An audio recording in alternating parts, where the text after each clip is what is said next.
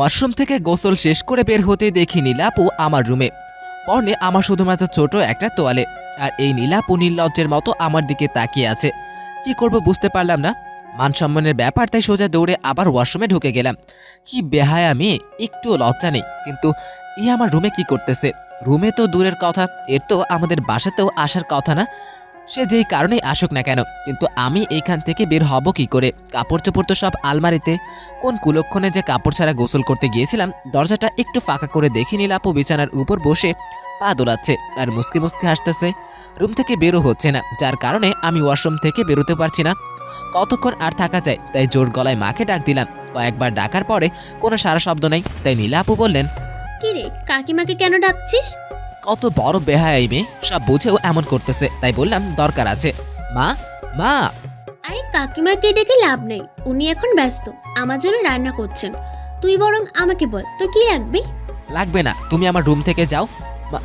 মানে যান, আপনি একটু পরে আসিয়েন। কেন কেন? আমি তো রুমে থাকলে কি সমস্যা? কোনো সমস্যা নেই। আরে বাবা, আমি কাপড় পরবো। তো কি হয়েছে, পর না, আমি কি তোকে আটকে রাখছি? কেমনটা লাগে বলুন তো? কিন্তু আমার সব কাপড় আলমারিতে আছে। হ্যাঁ, তো কি হয়েছে, এসে নিয়ে যা। আমি এই অবস্থায় কি করে আসবো শুনি? আচ্ছা দাঁড়া, আমি বের করে দিচ্ছি। এই বলেই আলমারির দিকে একটু এগিয়ে আবারও দাঁড়িয়ে পড়লো, আর একটা শয়তানি মার্কা হাসি দিয়ে বলল, এই অবস্থায় মানে কি রে? তুই কি লজ্জা পাচ্ছিস নাকি? তোকে তো আমি এইভাবে কতবার দেখেছি। তুই যখন গোসল করতে চাইতি না, তখন কাকিমা তোকে জোর করে এটুকু বলেই হাহা করে হাসতে লাগলো। আর হঠাৎ করে আমার মাথা গরম হয়ে গেল, আর বললাম, এই আপনি আমার রুম থেকে বের হন তো, বের হন বলছি। কথাটা বলেই ওর মুখ থেকে হাসিটা নিমেষেই উধাও হয়ে গেল। তাই আর কিছু না বলে কাপড়গুলো বের করে দিয়ে নীরবে রুম থেকে বের হয়ে গেল। হয়তো আমার এই কঠোরভাবে কথা বলতে কষ্ট পেয়েছে। আমি নিশ্চিন্তে কাপড়গুলো পরতে নিলাম। তখনই নিচ থেকে মায়ের ডাক এলো, তাই নিচে এলাম। এসে অবাক হলাম, কারণ বাসাতে দাদু এসেছে। বাবা, দাদু ও নীলা আপু খাবার টেবিলে বসে আছে, আর মা সবাইকে খাবার দিচ্ছেন। মাকে একটু খুশি খুশি দেখাচ্ছে। মা হেসে হেসে দাদুকে বলল, এই তো আপনার নাতি এসে পড়েছে। মাকে এমন খুশি আগে কখনো দেখিনি। মায়ের বিয়েটা হয়েছিল লাভ ম্যারেজ। বাবা আসলে দাদুর বিরুদ্ধে গিয়েই মাকে বিয়ে করেছেন। দাদুর চেয়েছিল বাবা যাতে তার ভাইয়ের মেয়েকে বিয়ে করে, কিন্তু তা হয়নি। সেই জন্য দাদু মাকে মেনে নেয়নি, মাকে বাড়ি থেকে বের করে দেয়। তাই বাবাও নিজের বাসা ছেড়ে দেয়। কিন্তু আমি যখন পৃথিবীতে আসি তখন দাদুর বাড়িতে বেশি থাকতাম, কারণ বাবার ধারণা আমার কারণে হয়তো দাদু মাকে মেনে নিবে। কিন্তু আমি এত বড় হয়ে যাবার পরেও দাদু মাকে বাড়িতে ফিরিয়ে নেয়নি। আমি একদিন দাদুকে বলেছিলাম মাকে বাসায় ফিরিয়ে আনতে, কিন্তু দাদু তা করেনি, উল্টো আমাকে রাগ দেখায়। তাই ওই বাড়ি ছেড়ে দিয়েছি। কিন্তু আজ দাদু স্বয়ং আমাদের বাসাতে কেন এলেন? তাই দাদুকে সালাম দিয়ে খাবার টেবিলে বসে পড়লাম, আর দাদু আমাকে নানান প্রশ্ন করতে লাগলেন। আমি শুধু হাসি মুখে জবাব দিচ্ছিলাম। যদিও ওই দিনের পর দাদুকে আমার তেমন একটা পছন্দ হয় না। তারপর সবাই খাবার খেতে লাগলাম। দাদু খাবার খাচ্ছেন আর মায়ের রান্নার প্রশংসা করছেন। তাকিয়ে দেখি মায়ের চোখে জল, এটাই হয়তো খুশির অশ্রু। আচ্ছা, মায়েরা এমন কোনো কষ্টেও কাঁদে, আবার খুশিতেও কাঁদে। যাই হোক, খাবার খাচ্ছিলাম, হঠাৎ কিছু একটা আমার পায়ের মধ্যে সুরসুরি দিচ্ছে। বিড়াল নয়তো আবার। আসলে আমি ছোট কাল থেকে বিড়াল অনেক ভয় পাই, যে কারণে টেবিল থেকে দাঁড়িয়ে পড়লাম। মাথা নামিয়ে টেবিলের নিচে দেখলাম না, কিছু নেই। ওটা আমার মনের ভুল হইতে হবে। আমাকে এইভাবে দাঁড়িয়ে থাকতে দেখে মা বলল, কি হলো? আমি কিছু না বলে মাথা লুকিয়ে আবারও খেতে বসলাম। আবারও সেই একই অবস্থা, সুরসুরি। কিন্তু এবার বুঝতে পারলাম এটা একটা মানুষের পা। মাথা তুলে তাকাতেই বুঝতে পারলাম এটা নীলা আপুর কাজ। নীলা আপু আমার দিকে তাকিয়ে মুচকি মুচকি হাসছেন। আমি কিছু না বলে খাবারের মনোযোগ দিলাম, কিন্তু নীলা আপু আমাকে শান্তিতে খেতে দিচ্ছে না। মুখ বুজে সবকিছু সহ্য করতেছি, কিন্তু সে এমন করছে কেন? ওর সাথে তো আমার এমন কোনো সম্পর্ক নেই, কিন্তু যেটা ছিল সেটা তো ও নিজেই কষ্টকারী দিয়েছে। এখন না আছে বন্ধুত্ব, না আছে। ও তো আমার কাজিন হয়, তাও আবার 3 বছরের বড় আপু। এখন আমি ওকে ওনাকে বড় আপু বলেই মানি, যথেষ্ট সম্মান দেওয়ার চেষ্টা করি। যা বোঝার তা বুঝে গিয়েছি, অবশ্য দোষটা আমারই ছিল। যাকগে এসব। আমি তাড়াতাড়ি খাবার শেষ করে যেই উঠে আসতে যাব, তখনই মা আমাকে বলল, লাবিব, যা চটপট গিয়ে তোর বেগ গুছিয়ে নে। অবাক হয়ে বললাম, ব্যাগ গোছাবো মানে? আমি কি কোথাও যাচ্ছি নাকি? মা হ্যাঁসূচক মাথা নাড়ালো। যখন আমি বললাম কোথায়, তখনই নীলা আপু বলে উঠল, আরে এখন থেকে তুমি কাকা কাকিমা আমাদের নিজেদের বাড়িতে থাকবি। সেই জন্য তো দাদু তোদের সবাইকে নিতে এলো। এখন থেকে আমরা সবাই একসাথে থাকবো, ভালো হবে না বল? কথাটা শুনে আমার খুশি হওয়া উচিত ছিল। ছোটবেলা থেকে তো আমি এটাই চাইতাম, কিন্তু আমি খুশি হতে পারছি না, কারণ সেদিন ওই ঘটনার আর নীলা আপুর সাথে এই বিচ্ছিরি ঘটনার পর আমি নিজেকে প্রতিজ্ঞা করেছিলাম যে আমি আর ওই বাড়িতে ও নীলা আপুর সামনে আর কখনোই যাব না। আসলে আমি নীলা আপুর থেকে দূরে থাকতে চাই। এখন কি করা উচিত তা বুঝতে পারছি না, তাই নিজের রুমে চুপচাপ চলে এলাম। এতদিন পর সবাই এই বাসাতে যাব, সবাই কত খুশি। এখন কি করে আমি যাব না বলি? আমাকে ছাড়া তো কেউই যাবে না। আমার ভাগ্যটাই খারাপ। কেন যে আমি সেদিন নীলাকে নিয়ে ওইসব ভাবতে গিয়েছিলাম। কিছু বুঝতেছেন না তো? তো চলুন বুঝিয়ে বলি। ছোটবেলা থেকেই নীলা আপু আর আমি খুব ভালো বন্ধু ছিলাম, যদিও সে আমার থেকে 3 বছরে বড়। আমি যখন ওই বাড়িতে যেতাম নীলা আপুর সাথেই সবসময় থাকতাম। ছোটবেলা থেকেই নীলা আপুকে আমার ভালো লাগতো। যখন আমি কলেজে ভর্তি হই তখন আমি বুঝতে পারি নীলা আপুর প্রতি আমার ভালোবাসাই ছিল না, তার থেকে বেশি কিছু ছিল। আমি তাকে ভালোবাসতাম, আর আমারও মনে হয়েছিল নীলাও আমাকে ভালোবাসে। এর অনেক কারণ ছিল, যেমন নীলা আপু আমাকে অনেক কেয়ার করতো, আমি ঠিক সময় খাবার খেয়েছি কিনা, পড়তে বসেছি কিনা, ইত্যাদি ইত্যাদি। আর সুযোগ পেলেই দুজন ঘোরাঘুরি করতাম আর খাওয়া দাওয়া করতাম। ফোনে তো কথা হতো ঘন্টার পর ঘন্টা। কথা বলা শুরু করলেই তো শেষই হয় না। আমি যদিও নীলাকে তুমি করে বলতাম, কিন্তু সে আমাকে তুই করেই বলতো, যার কারণে আমি দ্বিধায় ছিলাম সে যে আমাকে ভালোবাসে কিনা। আমি আসলে পড়াশোনায় বরাবরই একটুখানি ছিলাম আর কি, আর পরীক্ষার খাতায় আশপাশ করে লিখেই পাশ করে যেতাম। তো সেই কারণে আমার ক্লাসমেট ঋতুকে পরীক্ষার আগে থেকেই তল্লাই থাক কথা শুরু করতাম। মানে প্রতিদিন ওকে এইখানে ঘুরতে নিয়ে যেতাম, ওকে ওইখানে নিয়ে যেতাম, ওর পছন্দের খাবার খাওয়াতাম ও শপিং করতাম। আর শপিংয়ে গিয়ে হয় যত বিপত্তি। সেখানে নীলা আপু আমাদের একসাথে দেখে নেয়, আর ঋতু বেচারিকে সবার সামনে থাপ্পড় দিয়েছিল। ঋতু গাল টলতে টলতে আমার দিকে তাকিয়েছিল। ও ভাবছিল আমি নীলাকে কিছু বলবো। নীলা আপু ছিল ঋতুর বড়, আর নীলার রাগী চোখ দেখে সে সেখান থেকে বিদায় নিয়েছিল। আমি শুধু অবাক দর্শকের মতো তাকিয়েছিলাম। তারপর নীলা আপু বলল, এই তোর পড়াশুনো? নীলা এর আগে কখনো আমার সাথে এত রাগী গলায় কথা বলেনি, তাই কথাকেই হারিয়ে ফেলে বললাম, আসলে না মানে হয়েছে কি বলবো ঠিক বুঝে উঠতে পারছি না। তখনই নীলা বলে উঠল, আমি তোকে কতবার ফোন করেছিলাম দেখেছিস? সকালে ফোন রিসিভ করে আমাকে কিছু না বলতে দিয়েই বললি তোর পরীক্ষা, তাই তুই পড়ছিস, আর ফোন ধরলি না। তাই তোর বাড়িতে গিয়েছিলাম, তুই সেখানেও ছিলি না, তাই একা একা শপিং করতে এলাম। আর এসেই দেখি তোর কি আদৌ মনে আছে আজকে কি? আমি তার কথা এতক্ষণ মন দিয়ে শুনছিলাম। তারপর বললাম, আজকে কি? সে আমার কথায় বিরক্ত হয়ে ওর ব্যাগ নিয়ে আমাকে মারতে লাগলো। তারপর তার হাতের ব্যাগগুলো আমাকে দিয়ে বলল, রাতে এগুলো পরে চলে আসিস। তারপর নীলা আপু আর এক মুহূর্ত এখানে দাঁড়ালো না। আমিও সাথে সাথে সেখান থেকে বেরিয়ে গেলাম। অনেক কয়টা কল করেছি নীলাকে, কিন্তু ধরেনি, বারবার কেটে দেয়। বুঝলাম মনে হয় অনেক রাগ করেছে। আসলে নীলার আজ বার্থডে, তাই গিফট কিনতে এখানে এসেছিলাম। ঋতুকে এমনি নিয়ে আসেনি, ভেবেছিলাম একসাথে 2 কাজ হয়ে যাবে, কিন্তু কি থেকে যে কি হয়ে গেল। বাড়িতে এসে নীলার দেওয়া শপিং ব্যাগটা খোলার পর কাপের সাথে একটা ভিউ কার্ড বেরিয়ে এলো। অবাক হয়ে কার্ডটা খুলতেই একটা মেয়ে কণ্ঠ বলে উঠল, I love you, I love you. এই গাধা, শুনছিস? আই লাভ ইউ বলছি কিন্তু। এটা শোনার পর কিছুক্ষণ টাসকে খেয়ে বসে রইলাম। আই লাভ ইউ বলাটা আর মন কারা হাসিটা এখনো আমার কানে বাজতে লাগলো। আমার সাথে এমনটা হবে ভাবতেই পারিনি। এই মেয়ে কণ্ঠটা নীলার। নীলা যে নিজে থেকেই ভালোবাসে কথাটা বলবে ভাবতে পারিনি। আমি এখনো বিশ্বাস করতে পারছি না নীলা এই কথাগুলো আমাকে বলেছে। হঠাৎ ব্যাগে একটা চিরকুট দেখলাম। সেটা খুলে দেখতে পেলাম নীলার হ্যান্ড রাইটিং। সেখানে লেখা ছিল, আমি জানি না তুই এখন কি ভাবছিস, কিন্তু এটাই সত্যি। জানিস, অনেক দিন ধরে ভাবছি আমার মনের কথাটা তোকে বলে দিই, তবে কেন জানি বলে উঠতে পারছিলাম না। আর আমি জানি তুইও আমাকে পছন্দ করিস। আমি ভেবেছিলাম তুই আমাকে বলবি, কিন্তু না, তুই বলতে পারলি না এতদিনও, তাই বাধ্য হয়ে আমাকেই বলতে হলো। জানিস, তোকে অনেক ভালোবাসি, অনেক কথা আছে তোর সাথে আমার। রাতে ছাদে চলে আসিস, সাবধানে, কেউ যেন জানতে না পারে। আমি তোর জন্য অপেক্ষা করব। চিঠিটা পড়ে যেন আমার হার্টবিটটা বেড়ে গেল। সবকিছু যে এত সহজে হয়ে যাবে তা ভাবতেও পারিনি। হঠাৎ ফোনটা বেজে উঠলো। ফোনটা হাতে নিয়ে দেখি এটা তো আমাদের ভার্সিটির বড় ভাই নিলয়। একদম ভদ্র একটা ছেলে, কিন্তু একে আমার একদমই পছন্দ না, কারণ এ হলো নীলার ক্লাসমেট। ফকিন্নি সব সময় নীলার সাথে সাথে ঘুরঘুর করে। নীলাও কিছু হলে কালি ওর কথাই টেনে আনবে। যাই হোক, ফোনটা রিসিভ করলাম। হ্যালো, আসসালামু আলাইকুম। কেমন আছেন নিলয় ভাই? ভালোই। তুমি কেমন আছো? আমি ভালো আছি। কিছু বলবেন ভাইয়া? ওই আসলে নীলা কি কখনো আমার সম্পর্কে কিছু বলেছে তোমাকে? মানে ঠিক বুঝলাম না ভাইয়া। তখনই মনে হলো কোনো নারী কণ্ঠ নিলয়কে ডাকতেছিল, তাই আর কিছু না বলে সে ফোনটা রেখে দিল।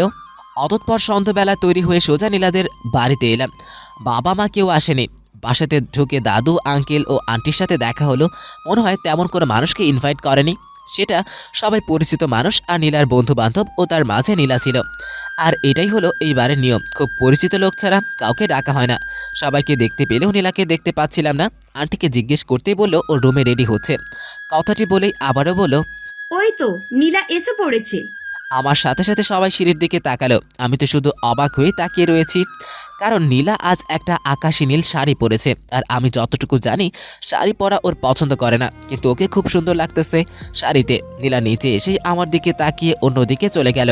কারণ হলো আমি ওর বার্থডে ভুলে গিয়েছিলাম। তারপর আর কি কেক কাটা হলো। একটু পর দেখি নীলার পিছনের দিকে তাকিয়ে সাদের দিকে যাচ্ছে। চিরকুটে তো আমাকে সাদে যেতে বলেছিল। তখনই আমি সাদের দিকে পা বাড়াতেই পিছন থেকে আন্টি ডেকে বলল, দাদু নাকি ওষুধ শেষ হয়ে গেছে, তাই আমাকে যেতে হবে। এত লোক থাকতেই আমাকেই বলতে হলো। এই কথা তো আর আন্টির মুখের উপর বলতে পারি না, তাই একটা হাসি দিয়ে ফার্মেসিতে গেলাম। ওষুধ এনে আন্টির হাতে দিয়ে আর এক মুহূর্ত দেরি না করে সাদে গেলাম। আমার মনের ভিতর একটা উত্তেজনা কাজ করতেছে। আমার মনটা খুব অশান্ত হয়ে গেছে। সাদের দরজার কাছে এসে একটা বড় নিঃশ্বাস ছেড়ে নিজেকে একটু শান্ত করে নিলাম। হাসি মুখে দরজাটা খুলেই সাদে পা রাখতেই আমার মাথায় যেন আকাশ ভেঙে পড়ল। এইটা আমি কি দেখতেছি? নীলা আর নিলয় দুজনে খুব কাছাকাছি দাঁড়িয়ে আছে, কিন্তু এখন ওই হারামি নীলাকে কিস করার চেষ্টা করছে। যদিও নীলা বাধা দিচ্ছে আর না করছে, আমি অবাক হচ্ছি নীলার এই কাজের জন্য। ওর এখন উচিত ছিল নিলয়কে থাপ্পড় মারা, কিন্তু নীলা তেমন কিছু করতেছে না। মাথায় আমার যেন আগুন ধরে গেল, তাই সামনে এগিয়ে গিয়ে শরীরের সমস্ত শক্তি দিয়ে নিলয়কে একটা লাথি মারলাম। লাথি খেয়ে সে টাল না সামলাতে পড়ে নিচে পড়ে গেল। আমি আবার ওকে আর কয়টা লাথি মারলাম। এবার লাথিটা মুখ বরাবর গিয়ে পড়েছে, তাই ব্যথায় হারামজাদা চেঁচিয়ে উঠল। আমার তাতে কি, কলার ধরে উঠিয়ে মুখ বরাবর একটা ঘুষি মারলাম। যখনই আরেকটা মারতে যাব তখনই নীলা এসে পিছন থেকে বাধা দিল, বলল, লাবিব ছাড় ওকে, কি করছিস? ও ব্যথা পাচ্ছে, ওর কষ্ট হচ্ছে, ছাড় বলছি। কে শোনে কার কথা? নীলাকে সরিয়ে দিয়ে আর একটা পেট বরাবর দিলাম। শালা আবারও চেঁচিয়ে উঠল, নিজেকে আমার থেকে ছাড়ানোর চেষ্টা করলো। তখনই নীলা আমাকে সর বলে একটা ধাক্কা দিল। আমি ধাক্কা খেয়ে দূরে সরে গেলাম।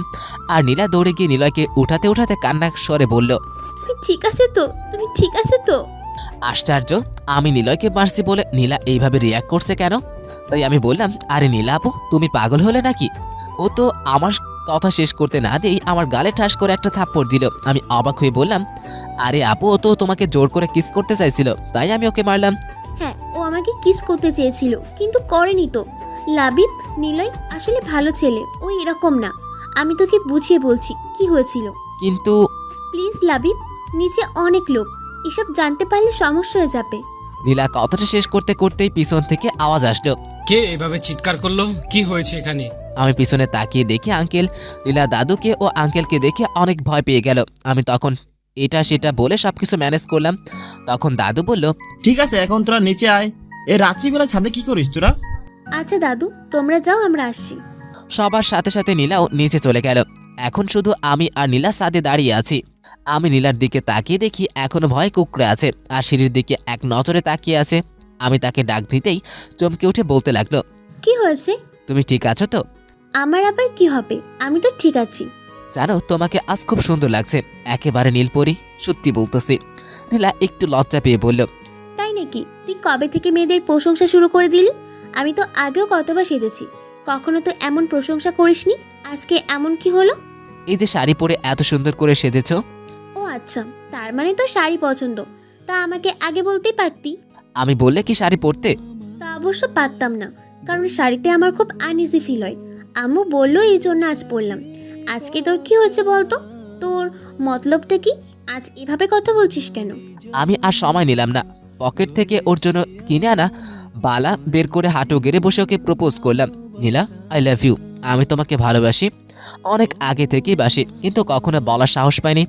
আজকে বলতেছি, তুমি আমাকে বিয়ে করবে? কথা দিচ্ছি তোমাকে অনেক ভালোবাসবো, কখনো কষ্ট পেতে দিব না, শুধু আমাকে ফিরিয়ে দিও না। নীলা আমার দিকে ভূত দেখার মতো করে তাকিয়ে আছে। কি হলো, কথা বলছো না কেন? তারপর আমি দাঁড়িয়ে পড়ে বললাম, আমি সরি, আমার এই কথাগুলো আগেই বলা উচিত ছিল, কিন্তু তুমি কিভাবে নিবে তাই ভেবে আর বলিনি। কিন্তু জানো, তোমার এই মেসেজ আর চিরকুট পেয়ে অনেকটাই অবাক হয়েছিলাম। কি হলো, তুমি কথা বলছো না কেন? কি বলছিস তুই এগুলো লাবিব? তোর মাথা কি ঠিক আছে? আমরা দুজন কাজিন হই, তুই আমাকে কি করে ভালোবাসতে পারিস? আর আমি তোর থেকে গুনে গুনে 3 বছরের বড়, এমনটা তুই ভাবলি কি করে? নীলার এমন কথা শুনে আমি মুহূর্তেই পাথর হয়ে গেলাম। কি বলছে ও এসব? আর কেমনই বা বলছে? ও কি আমার সাথে এখন মজা করছে নাকি? আমাকে চুপ থাকতে দেখে নীলা আবার বলল, লাবিব, তুই ভাবতে পারছিস এটা অন্য লোকে জানতে পারলে কি ভাববে? তোর এতটুকু কমন সেন্স নেই? কিরে, কথা বল। তুমি এসব কি বলতেছো নীলা? ওই চুপ, আপু বল। তোমার সমস্যাটা কোথায়?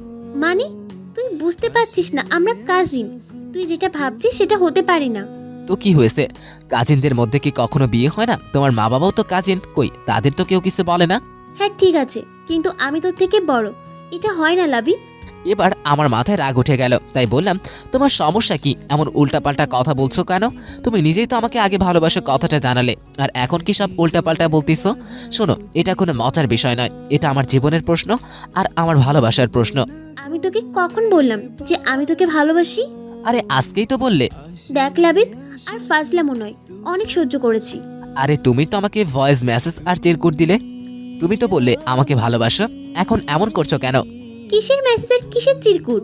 আমার এখন ভীষণ বিরক্ত লাগছে। আমার পকেটে চিরকুটটা ছিল, তা আমি ওকে দিলাম। আমি ওর হাতে চিরকুটটা দিয়ে এক দৃষ্টিতে তাকিয়ে আছি, কিন্তু ও চিরকুটের দিকে এক দৃষ্টিতে তাকিয়ে আছে তো আছেই, মাথা তুলছে না আর কোথাও বলছে না। আমি বললাম, কি হলো, এখন কথা বলছো না কেন? লাবিব দেখ, আমি অনেক সরি। কথাটা বলেই মাথা নিচু করে নিল, তারপর বলল, লাবিব দেখ, অনেক বড় একটা গন্ডগোল হয়ে গেছে। দেখ, আমি তোকে দোষ দিচ্ছি না, এটা আমারই দোষ, তার জন্য সরি। মানে কি এসব কি বলছো তুমি? লাবিব প্লিজ, আগে আমার কথাটা শোন। বলো। ওই ভিউ কার্ডটা আর ওই চিঠিটা নিলয়ের জন্য ছিল। জানি না কি করে বাই মিস্টেক ওটা তোর কাছে চলে গেছে। আমি সরি লাবিব। নীলা আর কি কি যেন বলে যাচ্ছিল, তার কিছুই আমার কানে আসছিল না। আমি যেন এক অন্য জগতে চলে গিয়েছিলাম। একটা চাপা কষ্ট হচ্ছে, যেটা বাইরে কাউকে বলে বোঝানো যাবে না। তার মানে নীলা আমাকে না, নিলয়কে ভালোবাসে। সরি লাবিব, তুই যেটা ভাবছিস সেটা কখনোই হতে পারে না। আর প্লিজ নিলয়ের কথাটা কখনো কাউকে বলিস না। সময় হলে। নীলার আর কোনো কথা গ্রাহ্য করলাম না, ধীরে ধীরে ছাদ থেকে নেমে গেলাম। নীলা হয়তো ডাকছিল, কিন্তু আমি শোনার চেষ্টা করিনি। কারোর সাথে কোনো কথা না বলে বাসা থেকে বেরিয়ে গেলাম। বাইরে জোর হাওয়া বইছে, হয়তো এখনই ঝড় উঠবে, কিন্তু তার থেকে তো বড় ঝড় আমার মনে চলবে। কিন্তু এর থেকে বড় ঝড় তো আমার মনে বইতেছে। বাইক চালিয়ে বাড়ি ফিরতে ফিরতে বৃষ্টি কাক ভেজা হয়ে গেছি। বাসাতে ঢুকতেই মা ব্যস্ত হয়ে পড়লো যে আমি কেন ঝড় বৃষ্টিতে ভিজে বাসায় ফিরলাম। মায়ের কোনো কথা কানে না নিয়ে সোজা নিজের রুমে চলে এলাম। আর তারপরেই ঘুম। গভীর রাতে টের পেলাম শরীর গরম হয়ে গেছে, আর মাথায় জলপট্টি দেওয়া কিছু না, অভ্যাস মতোই জ্বর চলে এসছে। ছোটবেলা থেকেই এটা চলতেছে, একটু বৃষ্টিতে ভিজলেই কঠিন জ্বর চলে আসে। মা জানতো আমার জ্বর আসবে, তাই আমার রুমে চলে এসেছে। আমাকে চোখ খুলতে দেখেই মা বলল, কিরে বাবা, কষ্ট হচ্ছে? তুই কেন শুধু শুধু বৃষ্টিতে ভিজতে গেলি? আমি তোকে এত বলি, তারপরও আমার একটা কথাও শুনিস না তুই। মায়ের কথা শুনে আমার নীলার কথা মনে পড়ে গেল। নীলাও সবসময় আমাকে বৃষ্টিতে ভিজতে বারণ করত। ওর কথাটা মনে উঠতেই যেন বুকের ভিতর কষ্টটা আরো বেশি নাড়া দিয়ে উঠল। অতঃপর মায়ের কোলে মাথা রেখে কেঁদে দিলাম। মা জিজ্ঞেস করলো কি হয়েছে, কিন্তু আমি কিছু বলিনি। তারপর একসময় ঘুমিয়ে পড়ি। যখন চোখ খুললাম তখন মাথায় একটা শীতল হাতের স্পর্শ পেলাম। তাকিয়ে দেখি নীলা বসে আছে আর আমার মাথায় জলপট্টি দিয়ে দিচ্ছে। আমাকে চোখ খুলতে দেখে আমার দিকে তাকিয়ে একটা মিষ্টি হাসি দিল আর বলল, কিরে, এখন কেমন লাগছে? আমি কিছু না বলে ওর মুখের দিকে তাকিয়ে রইলাম। নীলা কিছু একটা বলতে গিয়েও থেমে গেল, কারণ মা রুমে চলে এসেছে খাবার নিয়ে। খাবার টেবিলে রেখে মা নীলাকে বলল, নীলামা, তুই উঠ, তুই কিছু খেয়ে নিয়ে রুমে গিয়ে রেস্ট নে। আমি তোর খাবার ওখানে রেখে এসেছি। কাকিমা, আমি পরে খাবো, তুমি বরং খাবারটা আমাকে দাও, আমি লাবিবকে খাইয়ে দিচ্ছি। মা একটা মুচকি হাসি দিয়ে বলল, অনেক হয়েছে মা, এবার তুইও ওর মতো অসুস্থ হয়ে পড়বি। এমনিতেও ঠিক মতো খাসনি, আবার কাল সারা রাত ঘুমাসনি। কিন্তু কাকিমা। কোনো কিন্তু নয়, আমি যা বলেছি সেটা কর। মায়ের কথা শুনে নীলা আর কিছুই বলল না। আমার দিকে একবার তাকিয়ে নীলা চলে গেল অন্য রুমে। মায়ের কাছে শুনেছি আমি নাকি গতকাল সারাদিন সারা রাত জ্বর নিয়ে পড়েছিলাম, আর নীলা সবকিছু জোরে চিড়ে এতক্ষণ আমার সেবা করছিল। খুব অবাক হলাম মায়ের কথা শুনে, নীলা আমার জন্য এতটা ভাবে। মনে মনে অনেক খুশি হলাম, পরক্ষণে আবার মনটা খারাপ হয়ে গেল, কারণ নীলা নিলয়কে ভালোবাসে। তারপর খাবার আর ওষুধটা খেয়ে ঘুমিয়ে পড়লাম। বিকেলের দিকে ঘুম ভাঙে, নিজেকে বেশ চাঙ্গা আর ফুসফুস লাগছে, জ্বরটা আর নেই। অতঃপর ওয়াশরুমে গেলাম, আর তারপর বাইর হয়ে দেখি নীলা বসে আছে, আর আমাকে দেখেই হাসা মুখে প্রশ্ন করলো, কিরে, কেমন আছিস এখন? বিছানায় বসে বললাম, একদম ভালো, জ্বর নেই বললেই চলে। তারপর নীলা আমার দিকে সুপের পেয়ালাটা এগিয়ে দিতে দিতে বলল, যাক বাবা, ভালো হয়েছে। যে ভয় পাইয়ে দিয়েছিলি তুই। আমি কিছু না বলে নীলার দিকে তাকিয়ে আছি। কিরে হা করে কি দেখিস? খেয়ে নে, ঠান্ডা হয়ে যাবে। আমি নীলার কোনো কথা না শুনে পেয়ালাটা রেখে দিলাম। তা দেখে নীলা অবাক হয়ে বলল, কিরে কি হলো, খাবি না? I love you. মানে? বিশ্বাস করো আমি তোমাকে খুব ভালোবাসি। দেখ লাবিব, পাগলামো করিস না। আমি তোকে সব কিছু বললাম, তারপরও তুই আমি কোনো পাগলামি করছি না, সত্যি যেটা সেটাই বলছি। তুই ভালো করে জানিস এটা কোনোদিন সম্ভব না। ভুলে যা এসব। দেখবি আমার থেকে তুই ভালো কাউকে পাবি, যে তোকে ভালোবাসবে, সুখে রাখবে। এবার আমি উঠে দাঁড়িয়ে নীলার হাত ধরে বললাম, বিশ্বাস করো আমি তোমাকে খুব ভালোবাসি। সব সময় শুধু তোমার কথাই ভাবি, আর তোমাকে ছাড়া অন্য কাউকে চাই না, তোমাকেই চাই শুধু। নীলা আমার থেকে হাত ছাড়ানোর চেষ্টা করে বলতে লাগলো, লাবিব হাত ছাড়, পাগলামো করিস না। আমাদের অনেক ভালো একটা সম্পর্ক, তা নষ্ট করিস না। কথাটা বলেই হাত ছাড়িয়ে নিয়ে দরজা দিয়ে বাইরে চলে যাচ্ছিল নীলা। তখন আমি ওর পথ আটকিয়ে দরজা বন্ধ করে দিলাম। তখন সে বলল, লাবিব দরজাটা বন্ধ করলি কেন? খোল বলছি, আর আমাকে যেতে দে। তুমি কেন বোঝার চেষ্টা করছো না? আমি সত্যি তোমাকে অনেক ভালোবেসে ফেলেছি। দেখ তুই কিন্তু এবার তোর লিমিট ক্রস করে ফেলছিস। আমি যেন নিজের অজান্তেই নীলার খুব কাছে চলে গেছি, আর সেই জন্য হয়তো নীলা আমাকে ঠাস করে একটা থাপ্পড় দিয়ে বসতো। আচমকা থাপ্পড় খেয়ে আমি কিছুটা পিছিয়ে পড়ি। জানি না কি হয়েছে, নীলা আমার দিকে ঘৃণা দৃষ্টিতে তাকিয়ে বলল, ছি লাবিব, আমি ভেবেছিলাম তুই সবটা বুঝতে পারবি, কিন্তু তুই যে এতটা নিচে নেমে গেছিস তা আমি ভাবতেও পারিনি। আমারই ভুল হয়েছে তোকে বোঝাতে যাওয়া। আমি কিছু না বলে মাথা নিচু করে দাঁড়িয়ে আছি। আসলেই অনেক বড় একটা ভুল করে ফেলেছি। নীলা বলতে লাগলো, তুই আর কখন আমার সামনে আসবি না, আমি তোর মুখও দেখতে চাই না। কথাটা বলেই দরজা খুলে নীলা হন হন করে চলে গেল। আমি ভাবলাম ওকে সরি বলা দরকার। যেই দরজার সামনে আসলাম দেখি মা দাঁড়িয়ে আছে। আমি মাকে দেখে ভয় পেয়ে গেলাম। মা কিছু বুঝতে বা শুনতে পায়নি তো। আমি মায়ের দিকে ভয়ের তো চোখে তাকিয়েছিলাম, আর মা আমাকে বলল, কিরে নীলা এভাবে চলে গেল, কোনো কিছু কি হয়েছে? যাক তাহলে মা বুঝতে পারেনি। তাই আমি মাকে বললাম, না মা কিছু হয়নি, নীলাপুর কি নাকি জরুরি কাজ পড়েছে, তাই ওভাবে চলে গেল। তারপর মা চলে গেল। আমি আর নীলাকে সরি বলতে পারলাম না। তারপর অনেক চিন্তা ভাবনার পর ঠিক করলাম আমি নীলাকে ভুলে যাব, আর নীলাকে নিয়ে সব ভুল চিন্তা ভাবনাও মাথা থেকে বের করে দিব। নীলা যা চায় সেটাই হবে। আমি আর আমার মুখে ওকে কখনো দেখাবো না। তাই ওর কাছে একটা চিরকুট লিখে ক্ষমা চাই। তার সাথে এটাও লিখেছিলাম যে আমি আর ওর সামনে আসবো না, কোনোভাবে ডিস্টার্বও করবো না। কয়েকদিন পর পরীক্ষা, তাই পরীক্ষার প্রস্তুতিতে নিজেকে ব্যস্ত করে ফেললাম। যথেষ্ট চেষ্টা করেছিলাম, কিন্তু কিছু পরীক্ষা আর ভালো হলো না। একটু কষ্ট হলো বটে। তারপর সব কিছু বাদ দিয়ে ফাইনাল পরীক্ষার জন্য ভালো একটা প্রস্তুতি নিতে লাগলাম। তো আর কি, আলতু ফালতু সব কাজ ফেলে দিয়ে পড়াশোনায় মনোযোগ দিলাম। নিয়মিত ক্লাস কোচিং করেই আমার সময় পার হয়ে যেতে লাগলো। লাস্ট 2 মাস নিজেকে অনেকটাই সামলে নিয়েছি। নিয়মিত একটাই রুটিন মেনে চলি। আমার এই পরিবর্তন দেখে বাবা মা অনেক খুশি। আর এতদিন নীলা আপু বা ওই বাড়ির আশেপাশে যায়নি। তবে দেখা হয়েছিল একদিন ভার্সিটির ক্যাম্পাসে। ওর চোখে আমার জন্য শুধু ঘৃণাই দেখেছিলাম। পরীক্ষার আর 10 দিন বাকি, তাই জোর দিয়ে পড়াশোনা করতেছি, আর বাসা থেকে বের হওয়া একদম বন্ধ করে দিয়েছি। এতক্ষণে যা শুনছিলেন সেটা ছিল অতীত। চলেন এখন বাস্তবে ফেরা যাক। আসতে পারি? আমার ভাবনায় শীত পড়লো নীলা আপুর ডাকে। তাকিয়ে দেখি দরজার বাইরে দাঁড়িয়ে আমার দিকে তাকিয়ে আছে। আমি কিছু বলে অবাক হয়ে ওনার দিকে তাকিয়ে আছি। তারপর উনি ভিতরে আসলেন, এসে বলতে লাগলেন, কিরে তুই এসে শুয়ে আছিস? ব্যাগপত্র গোছাবি কখন? জলদি কর, বাসাতে সবাই তোদের জন্য অপেক্ষা করছে। আচ্ছা তোর কি জিনিস লাগবে তুই আমাকে বল, আমি ব্যাগ গুছিয়ে দিচ্ছি। আমি অবাক হয়ে তার দিকে তাকিয়ে আছি। নীলা আপু হঠাৎ আমার সাথে এরকম অদ্ভুত আচরণ করছেন কেন? এই তো কয়েকদিন আগেও তো আমাকে দেখতে পেত না, আমাকে এরকম ঘৃণা করে বললেই চলে। আর এখন নিজে থেকেই সে আমার সাথে মিশতে যাচ্ছে, আগের মতো নর্মালভাবে কথা বলছে। কাহিনী কি? কিরে কি ভাবছিস বসে বসে? আমি তোকে কিছু বলেছিলাম? না কিছু না। ও আচ্ছা। আপনি কেমন আছেন? আমি তো ভালো আছি, কিন্তু তুই তো দেখছি এই কয়েকদিনে একেবারে বদলে গেছিস। কই না তো, আমি তো আগের মতোই আছি। সে তো দেখতেই পাচ্ছি। নিজে থেকেই কিছুই বলিস না, কেমন জানি ঠান্ডা ঠান্ডা মেজাজ। আমি কিছু জিজ্ঞেস করলে গম্ভীরভাবে উত্তর দিচ্ছিস। কিরে তুই শুনছিস? মনে হয়। আমি নীলা আপুর এরকম ব্যবহারে অবাক হয়ে আছি। কি মুখে কথা নেই? হ্যাঁ শুনেছি, আপনি বলেন। কচু শুনছিস? কিছু বললেন? না কিছু বলিনি, তুই বরং বল তোর কি জিনিস গোছাতে হবে। না ধন্যবাদ, আপনাকে কিছু করতে হবে না, আমি নিজেই করে নিচ্ছি। কিরে তুই কখন থেকে আপনি আপনি করছিস? তুই আমাকে আপনি কবে থেকে বলছিস?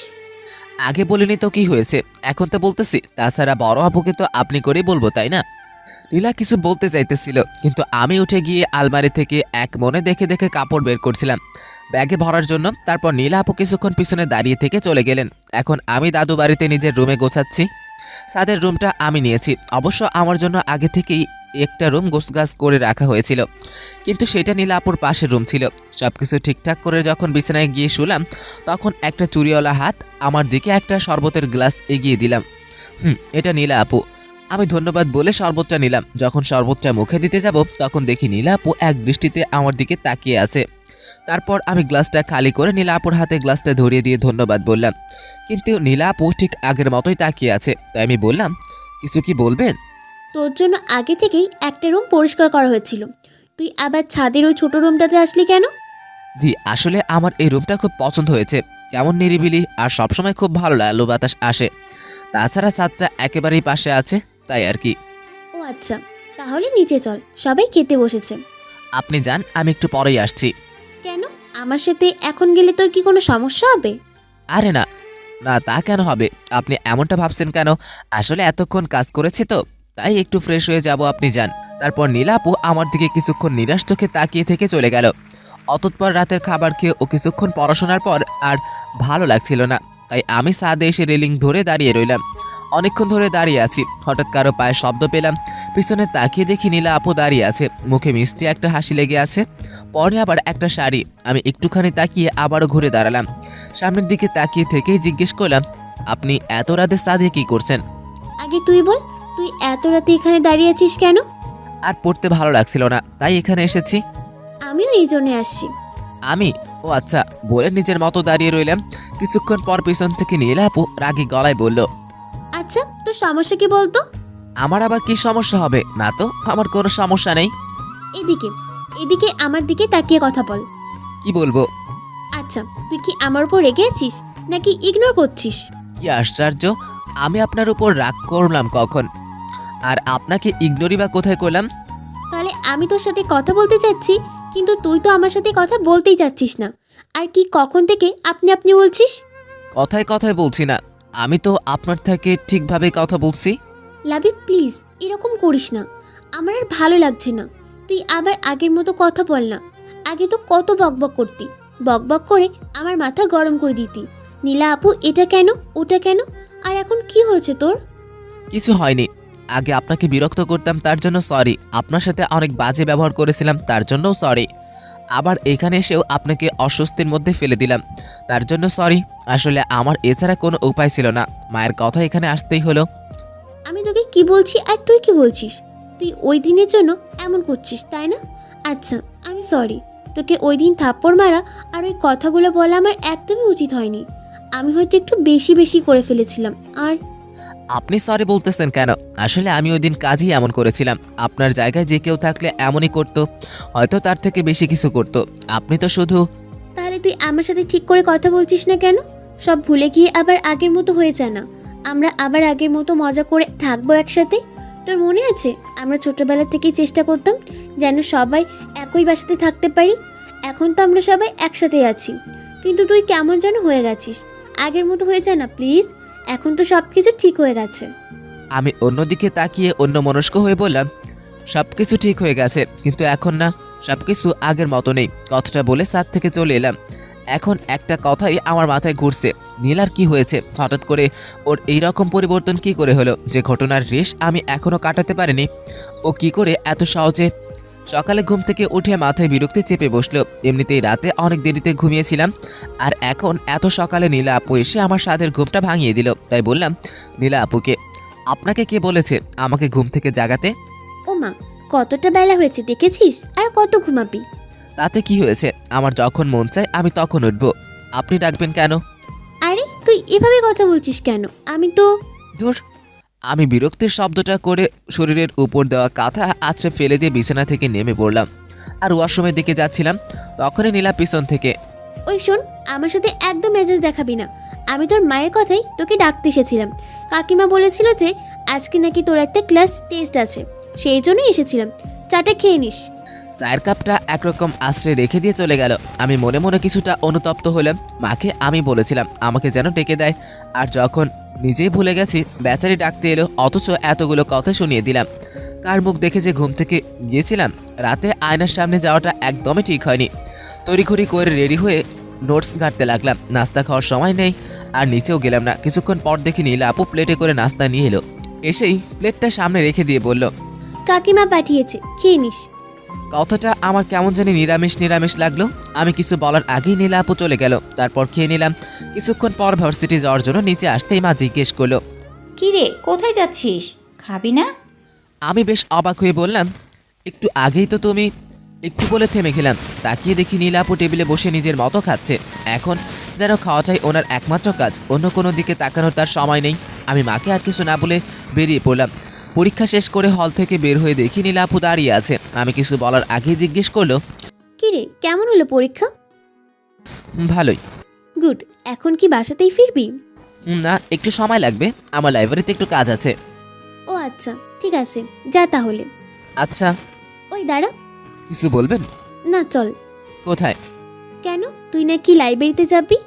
হ্যাঁ, তা তো যাবই। তাহলে চল। আপনিও যাবেন? কেন, তোর কোনো সমস্যা আছে? না, তা হবে কেন, চলুন। তারপর লাইব্রেরিতে ঢুকতেই দেখি ঋতুও বসে আছে সেখানে। চোখাচোখি হতেই সে আমাকে ডাক দিল। আমি কয়েকটা বই নিয়ে ওর পাশেই বসে পড়লাম। কিছু জিনিস নোট করতে হবে। তখন পাশ থেকে ঋতু বলে উঠল, কেমন আছো? ভালো, তুমি কেমন আছো? এই তো ভালোই। তোমাকে তো আজকাল দেখাই যায় না, ফোন দিলেও তো পাই না। আজকাল কি করো? না, আসলে আমি নতুন একটা নাম্বার নিয়েছি তো, তাই আমাকে ফোনে পাচ্ছিলে না। আর জানোই তো, কিছুদিন পর পরীক্ষা। আমি তো তোমার মতো ব্রিলিয়েন্ট না, আমার সব পড়াই বাকি পড়ে গেছে। সেজন্য এই কয়দিন একটু বুঝোই তো। ও আচ্ছা, খুব ভালো। আচ্ছা, তোমার নতুন নাম্বারটা কি দেওয়া যাবে? আমি কিছু একটা বলতে যাব, তখনই সামনে থেকে একটা গুরু গম্ভীর রাগী গলার আওয়াজ এলো। এই মেয়ে, লাইব্রেরিতে কি কথা বলার জায়গা? এতটুকু ম্যানেজ এতদিনও শেখনি? জি, এটাই নীলা আপু। ঋতু নীলা আপুর দিকে তাকিয়ে বলল, সরি আপু। ঠিক আছে, যেই কাজে এসেছো সেই কাজ করো, অন্যদের বিরক্ত করো না। আচ্ছা আপু। এরপর ঋতু একটাও তো শব্দ করলো না। এরপর কিছুক্ষণ ঋতু বই ঘেটে নিঃশব্দে কখন যে চলে গেল টেরই পেলাম না। আমার কাজ শেষ হতেই উঠে পড়লাম। অনেকটা সময় ধরেই এখানে বসেছিলাম। নীলাপুর দিকে তাকিয়ে দেখলাম একটা খোলা বইয়ের উপর মাথা রেখে ঘুমিয়ে পড়েছে। ওনাকে ডাক দিতে গিয়েও ডাক দিতে পারলাম না, কারণ ওর মায়া ভরা মুখের দিকে চোখ আটকে গেছে। এইভাবে ওর মায়া ভরা মুখটা আগে দেখিনি। কি অপরূপ লাগছে ওকে ঘুমন্ত অবস্থায়। এক মনে তাকিয়েছিলাম। জানি না কতক্ষণ এইভাবে তাকিয়েছিলাম। হঠাৎ করে কাঁধে কারো হাত অনুভব করতেই লাফিয়ে উঠলাম।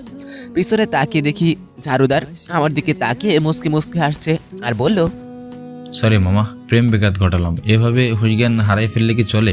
কখন থেকে ডাকতেছি। লোকটার কথা শব্দে নীলাপুর ঘুম ভেঙে গেল। বই থেকে মাথা তুলে ঘটনাটা বোঝার চেষ্টা করতেছে। আমি তখন কি বলবো ভেবে পাচ্ছি না। তখন লোকটাকে আমি বললাম, তবে আপনাদের খুব ভালো মানিয়েছে। আজকাল এমন প্রেমিক দেখাই যায় না মামা, যে প্রেমিকার মুখের দিকে এভাবে তাকিয়ে থেকে হারিয়ে যায়। আমারও একটা প্রেমিক ছিল, কিন্তু সে বুঝেনি, আমাকে ছেড়ে চলে যায়। আমি দোয়া করি আপনারা সুখী হন। আমি যাই, অনেক কাজ আছে।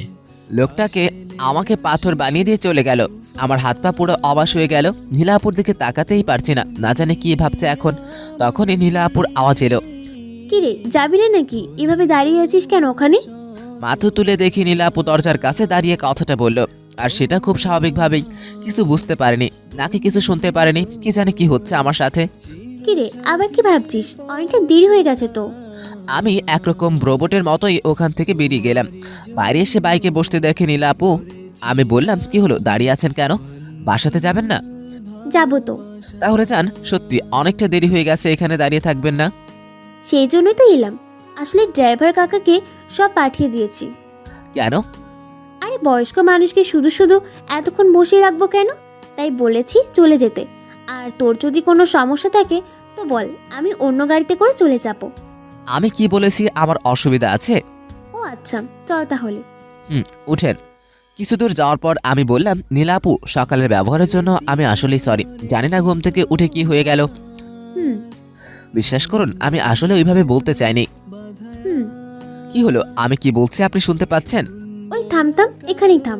হঠাৎ করে এমন বলায় ভয় পেয়ে গেলাম। আর বাইকটা দাঁড় করিয়ে বললাম, কি হলো? কি হলো? ওইদিকে দেখ, ফুচকার দোকান, চল ফুচকা খাবো, অনেকদিন ধরে খাই না রে। বলেই হাঁটতে লাগলো। আমি আর কি বলবো, গেলাম পিছু পিছু। কিছুটা বিরক্তি নিয়ে নীলাপুর পিছনে গিয়ে দাঁড়ালাম। তখন নীলাপু পিছনে ফিরে বলল, ওই তুই খাবি? আশ্চর্য, এখানে এসেছি তখন নিশ্চয়ই খাবো। তাই কিছুটা বিরক্তি নিয়ে বললাম, না খাবো না। আচ্ছা ঠিক আছে, ওই মামা শুধু আমাকেই দেন। বিষয়টা অপমানজনক, তাই পিছনের চেয়ারেটাতে ঠাস করে বসে পড়লাম। আর নীলা আপু ফুচকার প্লেটটা নিয়ে আমার পাশের চেয়ারেটাতেই বসলো। একা একা খাইতেছি, আমি যে হা করে বসে আছি তা আর দেখলো না। আমি নিরুপায় হয়ে বসে আছি, বলতেও পারছি না আমিও খাবো, আমিও তো অনেকদিন ধরে খাই না। তখন হঠাৎ করে আমার চোখটা আটকে গেল সামনের আর একটা দোকানে। হঠাৎ দাঁড়িয়ে ভালো করে দেখে নিলাম, হ্যাঁ এটা তো নিলয়, সাথে একটা শাড়ি পরা মেয়ে খুবই ক্লোজভাবে বসে আছে আর একে অপরকে খাইয়ে দিচ্ছে। তারপর আমি কিছুক্ষণ তাদের দিকে তাকিয়েছিলাম আর নীলা আপুকে বললাম, নীলা আপু, নীলা আপু। কি হয়েছে? ওইটা নিলয় ভাইয়া না? কিন্তু নীলা আপু ওইদিকে একবার তাকিয়ে আমাকে বলল, তো ওনার সাথে তো একটা। ওটা ওর বউ। আমি অনেকটা অবাক হয়ে নীলা আপুর দিকে তাকিয়ে রইলাম। কি হলো ব্যাপারটা? এত বড় একটা জিনিস এত সহজে বলতেছে। আমি অবাক হয়ে বসে বসে এটাই ভাবতে লাগলাম। কি রে, এখানে বসে থাকবি নাকি? চল বাড়ি ফিরতে হবে। কথাটা বলেই হাঁটতে লাগলো। আমি থ হয়ে দাঁড়িয়ে রইলাম। আসলে ঘটনা কি, ওইদিকে নীলা আপু বাইকের কাছে দাঁড়িয়ে আছে, তাই আমি গিয়ে বাইকে উঠে পড়লাম। এখন নীলা আপুকে কিছু জিজ্ঞেস করা যাবে না, যেভাবে দাঁড়িয়ে আছে মনে হয় না কিছু বলবে। সুযোগ বুঝে সব জানতে হবে। তারপর বাসাতে ফিরলাম। রাতে বিছানায় বসে শুয়ে শুয়ে পড়ছিলাম। বই পড়া বললে ভুল হবে, বই শুধু খুলেই রেখেছি। মন তো পড়ে আছে নীলা আপুর বিষয়গুলো নিয়ে। একটু পর পানি পিপাসা লাগে, কিন্তু বোতলে তো পানি নাই, নিচে যাওয়ার মুডও নাই। তাই মাকে কয়েকটা চিল্লানি দিলাম। তারপর বইয়ের দিকে মনোনিবেশ করার চেষ্টা করলাম।